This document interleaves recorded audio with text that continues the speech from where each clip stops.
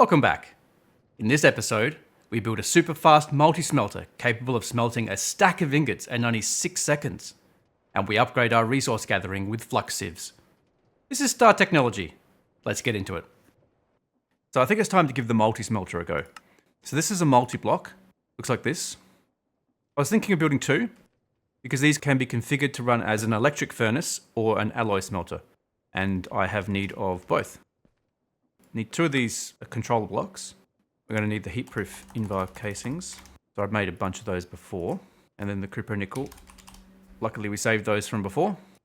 Gonna need to supply power to this, I guess. Okay, looks like it can be overclocked then. What power rating do we want to run it on? Let's run it as fast as we can go. So that'll be MV energy hatches. So I've actually created a recipe for that. That's useful. So I need 3. Cool. I'll need the inputs and outputs. Probably 1 output per machine. 2 of those. Maintenance hatches. There's this thing here that says Automaintenance Hatch, which is a quest. I wonder if that is something that we could do. What is an Automaintenance Hatch good for? We need more of these circuits. All right, I'll get these circuits crafting, and then I can always replace it later. Circuit. I don't know, 16 of those, I guess. That'll take a while, especially since it turns out we're out of silver. Can we make 8 then? Yes, we can. All right, I need to fix that silver thing later. I haven't set up a recipe for making silver ingots, apparently. Actually, maybe that's something we can do with this new electric furnace. So let's get started on this. Need the multi-smelter there. Then we'll just go around.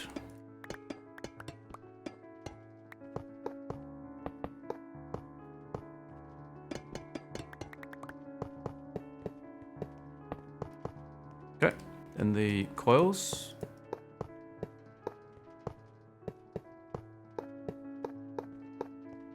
I do like the fact that we're recycling these. Put the maintenance hatches there. And then just fill in the rest with the heat-proof invar casings, and then we'll go around and just remove the blocks that we think we want to have as the outputs and inputs. I found it easier to do that. Muffler hatch. Energy hatches at the back. I guess, yeah, we could do like it says, just put one there, one there. Same thing here. Okay, they look like, I think it's accepted that as a valid block, yeah? Heating coil level 1. Okay, so upgrading these coils to say Canthal might actually give us a speed improvement. So how do I configure this? Okay, electric furnace or alloy smelter. So let's make this one the alloy smelter. This one can be the electric furnace. Cool. And we're gonna need some inputs and outputs. So let's just put these on the sides. So we'll go input down here. Actually, go left to right. So output over here. Cool. I'll do the same thing over here.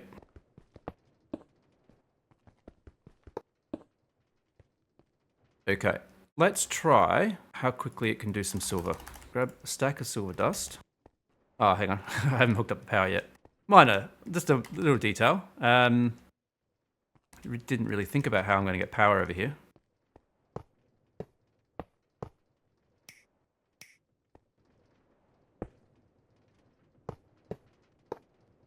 Alright, I'll just do this for now. It's not pretty, but I'm getting indecisive. That's going to be too far. Yep, alright, we'll do the same thing here.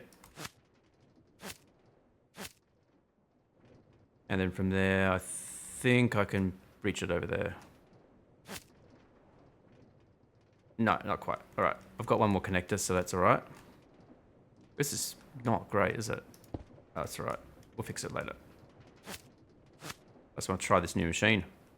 Hopefully that will have enough power coming out of that. So these guys have power now. They should be good to go. So let's give... This one's the electric furnace, so let's put the silver dust in.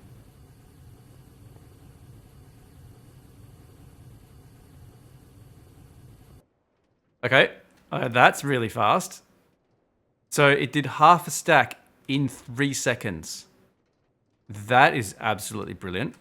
Okay, so we don't need that little electric furnace over here. So let's just do a quick calculation of how much quicker this is. This will take 320 seconds to do half a stack, whereas this takes 3 seconds. So it's 100 times faster. Right, now what can we do with the alloy smelter? Let's try this out, see how much quicker it is first. So there's our 64. And drop that in here. So it's doing 7 at a time. Okay, yeah, that's pretty good. I'm pretty happy with that. We are done. 64 printed silicon. So what I can do now is I'll create a few more input buses on this one. How many am I going to need? Okay, so it seems unhappy with the fact that I've got 4 separate buses. It seems like 3 is the limit. I wonder if I could double up. Can you put 2 of the same? If I was to do that, say for example. Anyway, I'll figure this out. What I've done is I've changed this to be an MV input bus. So that way it's got more inputs and I can put all 4 in there. Hooked it up to a pattern provider and hooked up the output as an import bus. So let's try making some printed silicon first, because that's the simplest of them all. Let's make 32.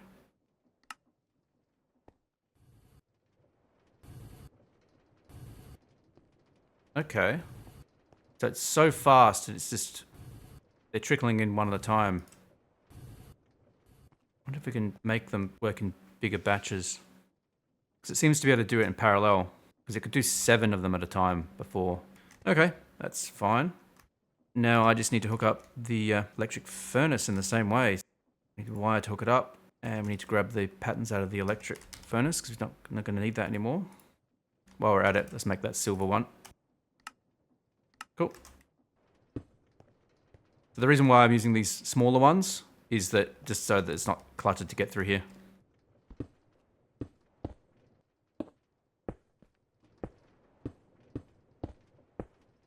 Tin, copper, iron, gallium, silver.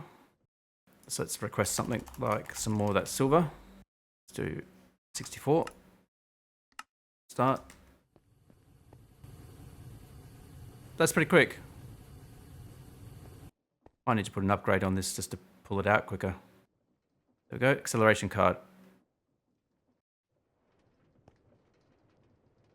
Should import a bit quicker now. I am a bit confused though, because I thought this did a half a stack, and it didn't seem to do that the second time. So why did it seem so much quicker when I was just testing it before? Because there we go, it's pulled in the 32. And now it's done. But if I request silver ingots like this, got 64 of them,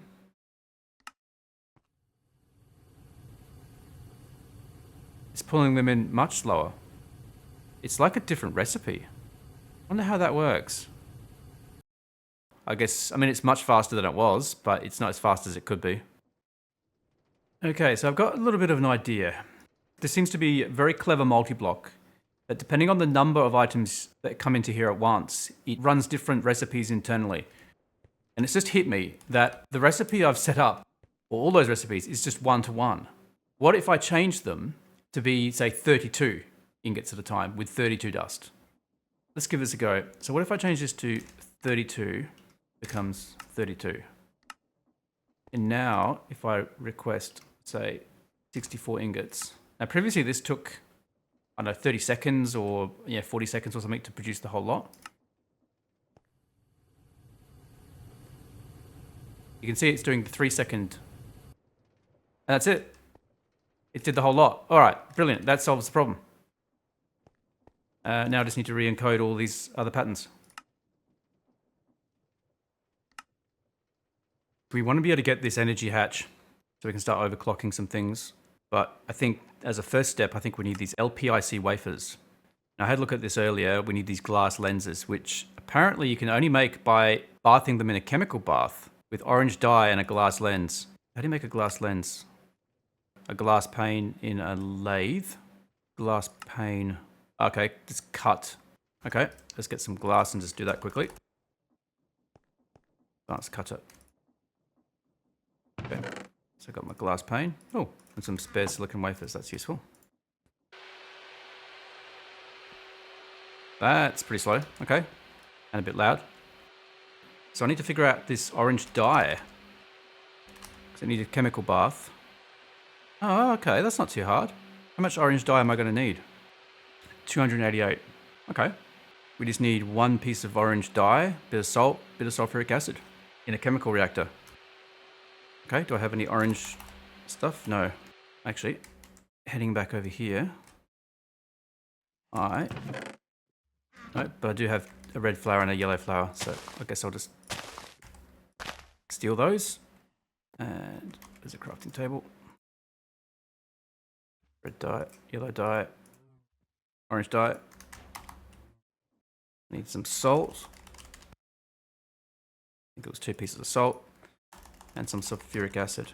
Now, this is something I really like about this system, is you can just click on that and get a bucket out. So good. So orange dye, salt, sulfuric acid. Okay, let's pull that into here, so let's make sure I grab that. So now I need an advanced chemical bath.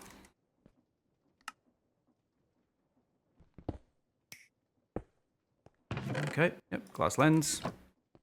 That in there, and orange dye. Okay, program circuit, something? No. Hang on, not an advanced one. Alright, so that's, I goofed there.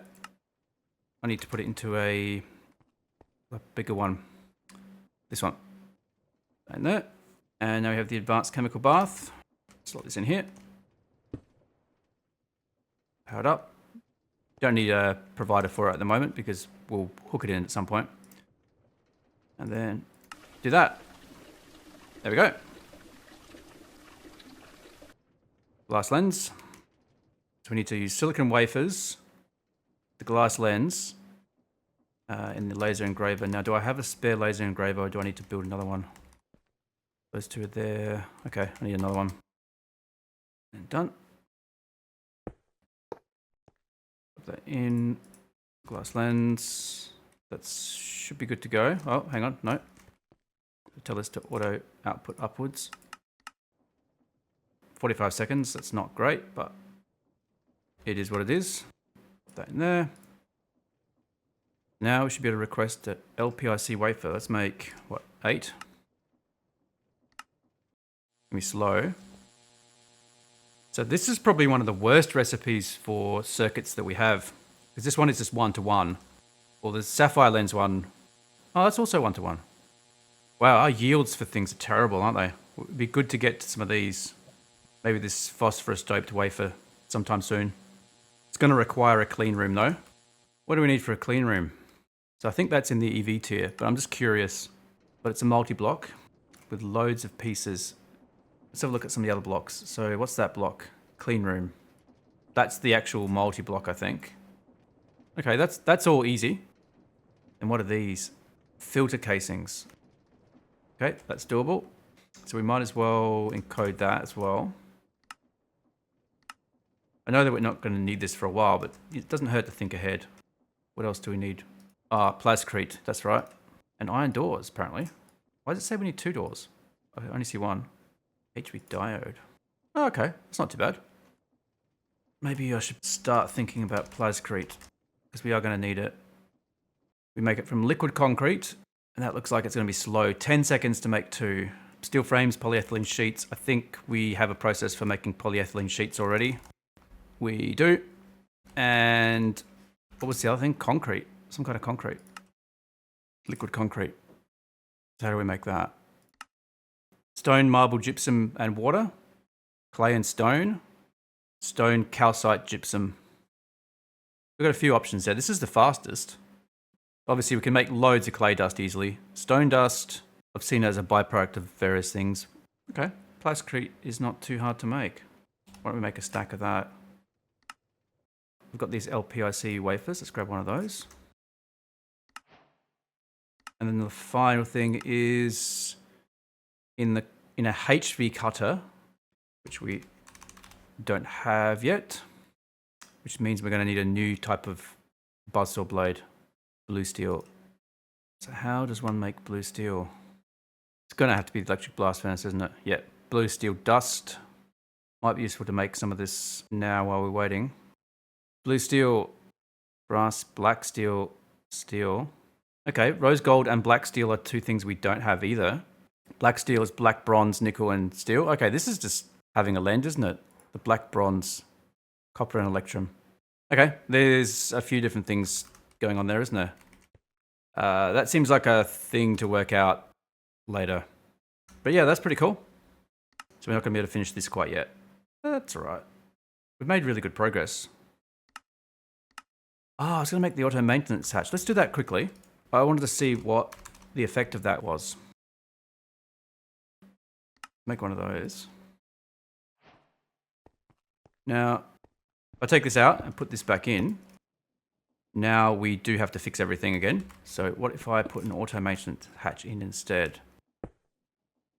Okay. Well, looks like we don't have to do anything with that. And it should still work. That seems better than having to make all those all the time. Let's tick that quest off. I think probably next is going down this line here. CPU wafers, that's another different lens. Oh, we do have diamond plates. Let's make that now, because it's slow. And it's another laser engraver, because of course there's more laser engravers. I wonder if there's a laser engraving multi-block later. That'd be pretty cool.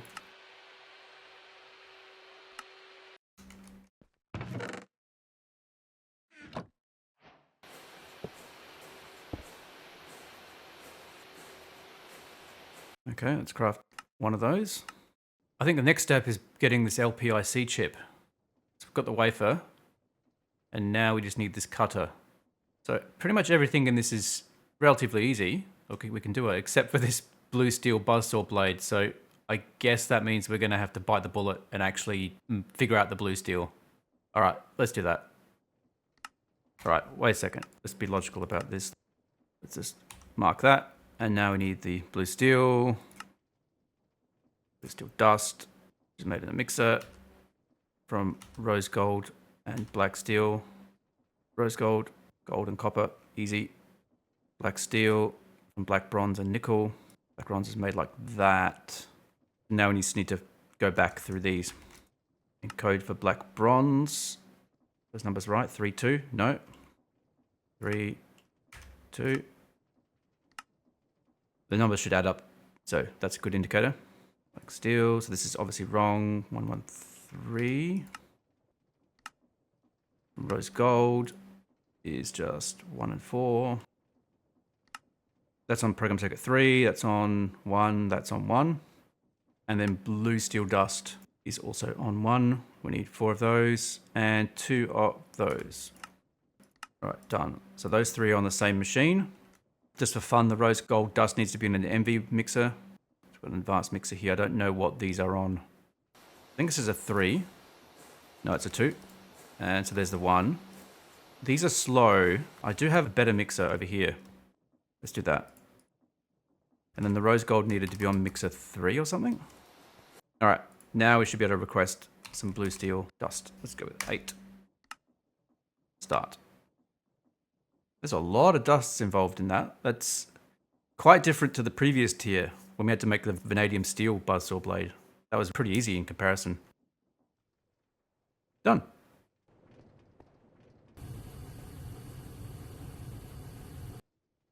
Okay, so we have our 4 blue steel ingots that we're going to need. We can use an extruder. We have a gear extruder. Let's do that.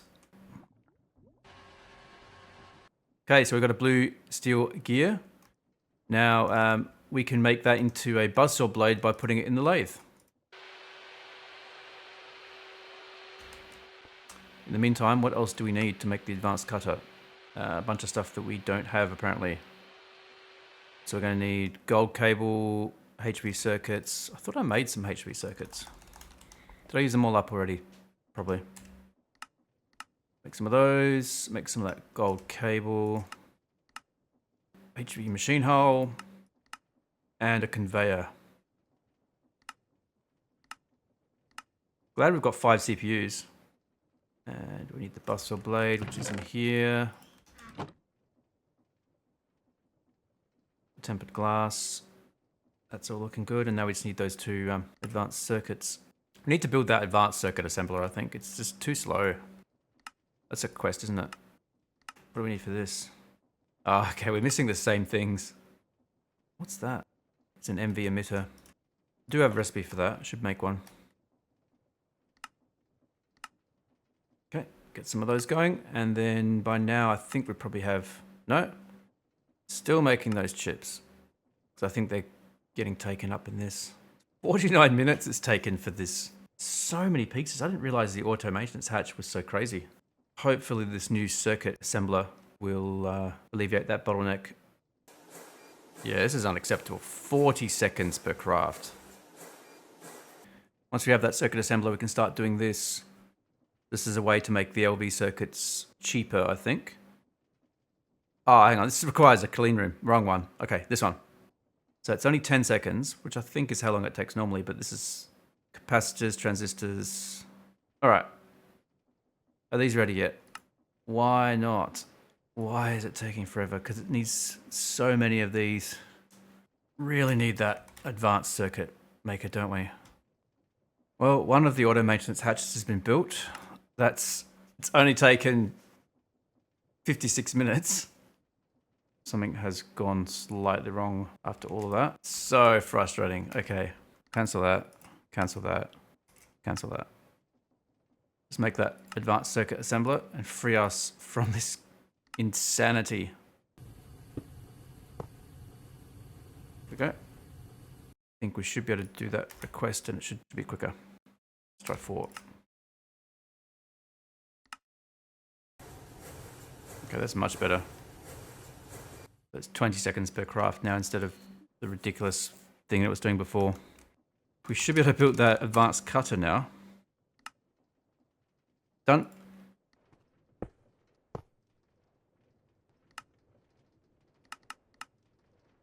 And we should be able to make some of those. Let's make 4.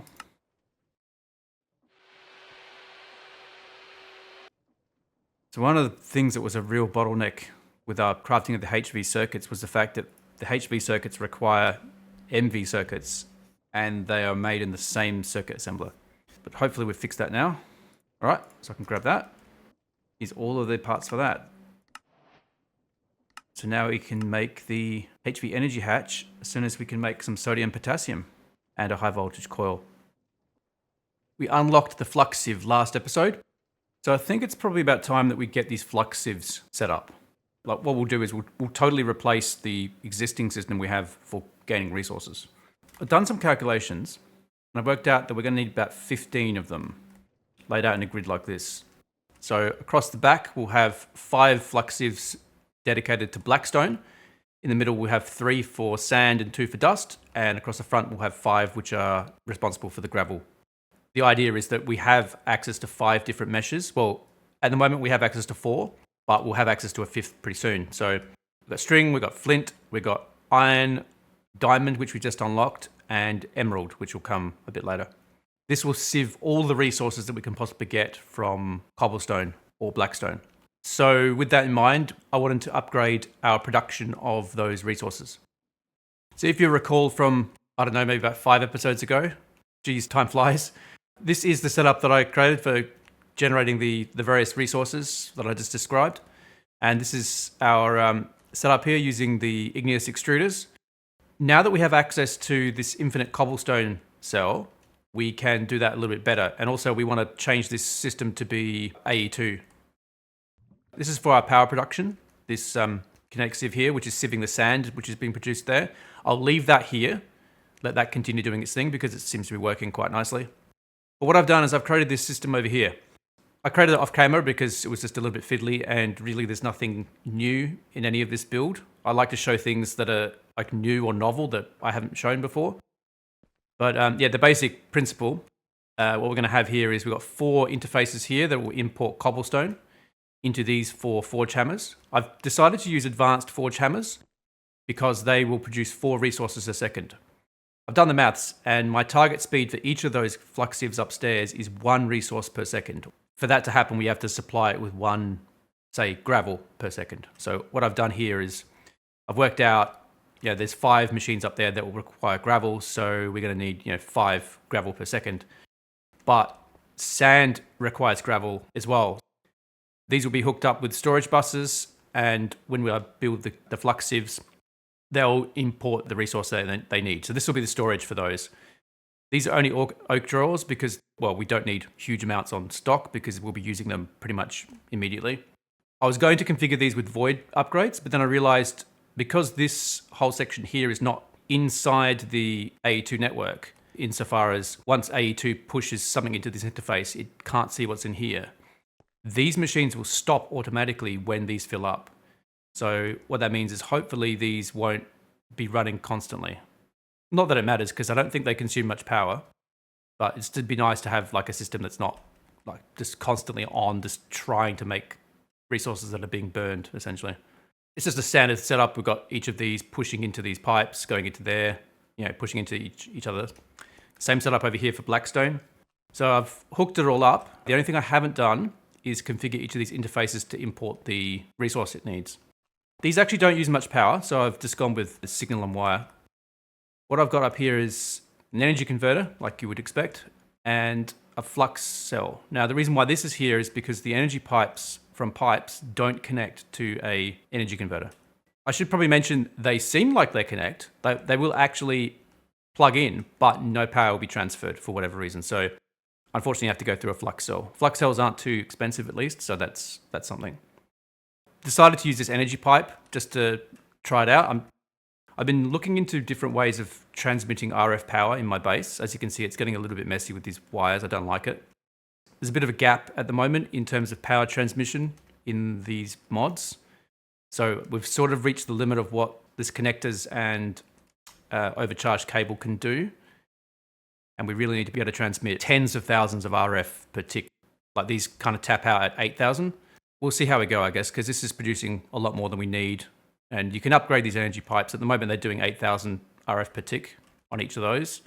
The only other issue I might encounter in a moment is that the redstone flux cell hasn't been upgraded, so it can only input and output 1,000 RF per tick. But these machines aren't very energy hungry. So we'll see how we go. We can just chuck an upgrade in there and then it will be better. All that's left now is to really turn this on. So we just need to import the cobblestone. So I should just be able to drag this into here. And I have forgotten something. I do need to put conveyors on each of these to pull it in because I forgot that these interfaces don't import it automatically. So let's set that to 64. So we get a whole stack in there. And let's get some conveyors. It's always one thing that I forget. Spend all this time setting up a demonstration and then that happens. Okay, so we're not going to need a very fast one. 8 items a second should be quick enough. Okay, so we just need one for each of these machines and then those two. Put them all in like this, and then we'll configure them to import.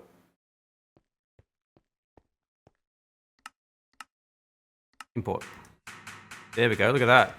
Okay, first thing, let's quiet that down. So as you can see, yeah, that's taking the cobblestone, turning it to gravel, turning it to sand, turning it into dust, and it's just going straight into there. So those numbers are going up nice and quick, quicker than we will need, but it's good to know that it's going to fill up. So let's do the same for this one.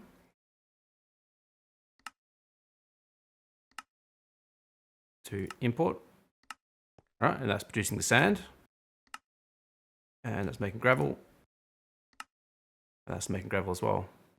That's looking good. That's all working how it should. Although this one has stopped. Power. Yep. So that's what I thought. This thing is not quite giving out enough power, so that's easy enough. We just need to give it a little upgrade.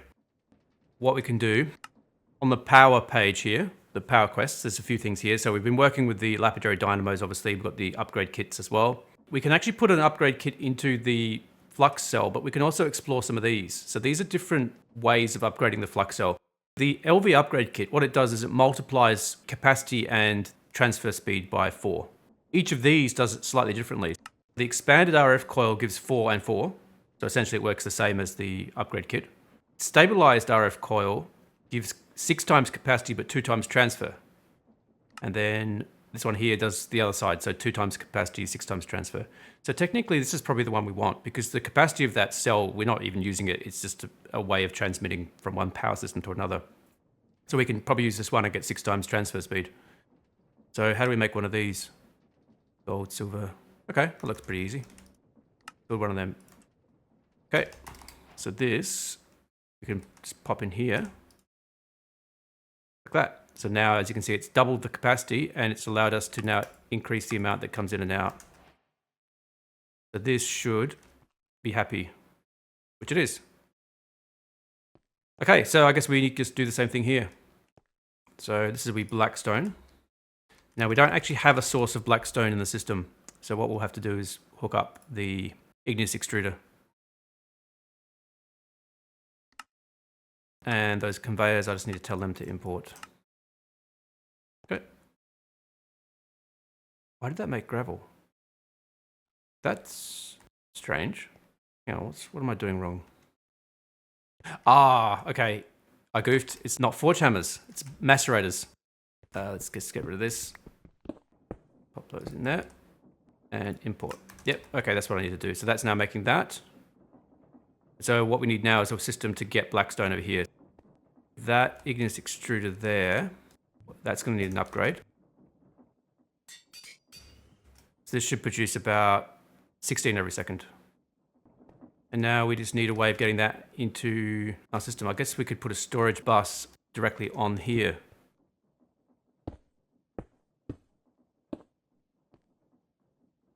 Okay, it doesn't seem to be taking it out. Maybe that's not going to work as an inventory. Oh no, hang on. It's working. Yeah, because these things are taking it out. It's just refilling it so quickly, we're just basically not noticing that. But yeah, that's done. So this should provide us with all the raw resources we need for the sieves upstairs once we build them. It's pretty exciting. So this combined will produce 8 per second, but we only need 5, so we'll have a bit of left over. This is producing 4, 4, and 8. And that's more than our needs. So that's great. So I think now would be a good time to go through what I'm planning to do for these flux sieves. What I want to do is just show one of the single flux sieve setups, and then essentially what I'm going to do is create 15 of them upstairs. So they're all going to be very similar, just with different meshes. So just so you understand what I'm doing, I might just do one here and see how we go. First things first, we're going to need a few items that we haven't worked with before. One of them is a storage controller. So this is quite a cool block, part of the functional storage mod, and works with oak drawers. And what happens is you can link them and it wirelessly transmit storage between the storage controller and the oak drawer. So as an example of what that looks like, I'll put down the storage controller and say 3 oak drawers. Now using this special tool called a linking tool, I can associate those 3 storage containers with this controller. So now if I place some items into here, you can see that in here it says it's got those items. So this acts as though it's an inventory, but the actual storage is over here. Okay, so with that in mind, a flux sieve needs an inventory below it in order to actually work. So if I just place it here in the world, once it's started up, it says missing inventory on output side. So the output side is underneath, it needs an inventory. It can't go into a pipe, it does have to go into an inventory. So what we can do is place down a storage controller and then put down a flux sieve. This counts as an inventory, as I mentioned. But currently, it doesn't have any storage, so it won't work. So let's place some oak drawers and then link them together. All right, so those are linked. Now this should be happy with an inventory. There you go. So now it's changed to out of energy. So let's provide it with some energy using these energy pipes because it's an RF-based machine. So it should now complain about the mesh required for operation. All right, so let's put the string mesh in. So as you can see, it actually has to finish an entire work cycle before it updates its status here. So now it's ready. By default, this is pretty slow. It takes about, well, this is about 8 seconds to do one single cycle. If I grab some gravel and pop that in here, every work cycle, it will process one piece of gravel. There we go. And what it's done is it's put it into the storage controller, which has distributed it out to these chests. So once these are all populated, we'll lock them. But one every 8 seconds is not good enough. So what we've got is these gold upgrades. These upgrades You can stack up to 3, and as you can see on the screen there, each one increases the amount. So without an upgrade, it does 1 every 8 seconds. With 3 of them, 8 every 8 seconds, or 1 every second. So if I pop them in there and then grab some more gravel, we'll see that these will start populating. The way it works is it actually multiplies the output. So it rolls the dice based on what we're going to get. So, 35% chance of this, 30%, etc. And then produces 8 times that if it comes up that it should have made it. So it'll come through in blocks of 8 regardless, because that's how it works. What we'll do is we'll hook up an export bus to the sieve, and that will say, export, say, gravel into this machine, and that'll automatically fill up with gravel. And then that's basically the entire process. We'll have 15 of them, one for each mesh and material that we can sieve combination. And we'll have a series of 60 of these oak drawers, because that's the number of different outputs. I hope I calculated that correctly. It comes out as a nice, neat 4x15 grid. So we'll build that probably above the Flux Sieves, and then we'll be able to see all the ingredients coming through. Now, this isn't very fast, even with 3 gold upgrades, but in the future, in EV, we do have access to a diamond upgrade eventually, and that is a lot quicker. It increases the amount of items processed up to a maximum of a stack at a time. So we're a little bit away from getting that, but not too far, because we've got stainless steel foil and silicon plates already. We just need to be able to build an EV circuit and have an EV assembler. Yeah, so that's the basic principle. So I should probably explain some of these items. So this is what a storage controller looks like. Just stone, glass, LV circuits. Really simple. Like we can make thousands of these with our current technology. Next up, we have the linking tool. So that's pretty simple as well. It's just a functional storage drawer, diamonds, some paper, and some gold. We only need one of these. This is just a tool that we use. So I created one a while back and had to play around with it. And the gold upgrades themselves, silicon, HV circuit, and electrum foil. This is well within our current technology levels. And the other thing is, of course, this export bus. That's pretty simple. And in practice, what that looks like. So what we say is just, I want gravel to be imported here. And then that will automatically go into there. So I just need to hook this up. And now that will be importing gravel once it realizes. It takes a little bit of time. And I find that it starts off slow and then gets quicker. It's almost like it takes a little while for it to realize. But we can actually put acceleration upgrades in here, which we probably will, just to keep this stocked. See, there you go. Now it's accelerating. I'm not exactly sure why that is, but I didn't add an acceleration card and it just seems to be working now. It's a little bit weird. I'm not sure exactly why it does it, but if you don't have to touch it, then that's great. So next I need to build out the array of Flux Sieves upstairs. Okay, so I have created this first module. I've got storage up there, and this is exactly the same setup as I had before. It's already wired in with all the required things. It's good to go. So now it just needs the gravel. And that should start filling in there, which it is. What I'll do is I'll put storage buses on the back of these, and they'll go to our ore processor once we build that. Now I just need to build this out 14 more times. So I'm going to skip over that for you guys because you don't want to see that. It's just boring logistics. Because I love changing my mind, I've redone this slightly. I didn't get too far along, as you can see, which is lucky because I didn't want to have to change my mind after I've done 60 of these. But what I've done is I've switched to using these framed drawers. What a frame drawer is like this. Some iron nuggets around a wooden chest and it makes this framed drawer. So the frame drawer itself doesn't have a texture. It just looks like that. But what you can do is you can customize it to look how you want. So the way you do that is you put it into your crafting interface. You supply a block for the outside and a block for the inside. So you put them in this order here. So the block you want on the outside, the block you want on the inside, and then the actual frame drawer itself. And as you can see, this output here is going to have the white texture and then the gravel inside. If you swap them, you can see that it's now the other way around. What I'm planning to do is have the background, like the main kind of color of the drawer be sort of, this white texture that I'm using elsewhere, just so it matches with that.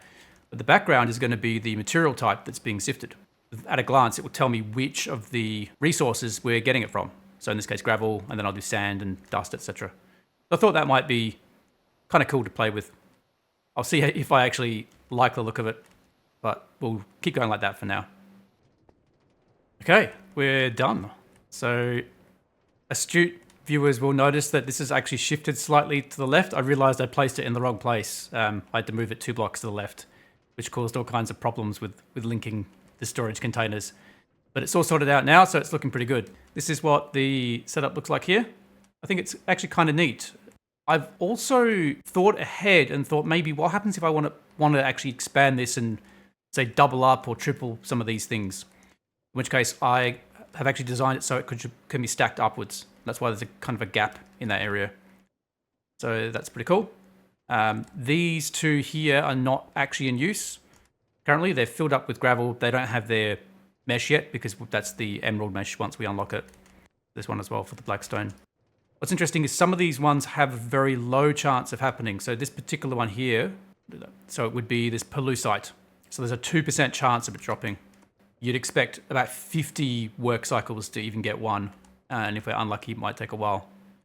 So that would be the ilmenite pitch blend. So we've gotten some pitch blend, which is interesting because pitch blend is quite a low chance of happening as well.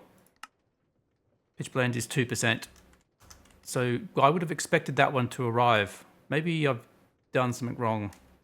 Which controller is that? That would be this one here. Maybe it's not linked up correctly. Let me just configure that. No, it's definitely there. Maybe we're just very unlucky. I'll see how that goes later on. It does seem odd though that we haven't received any since we've received 9 of these.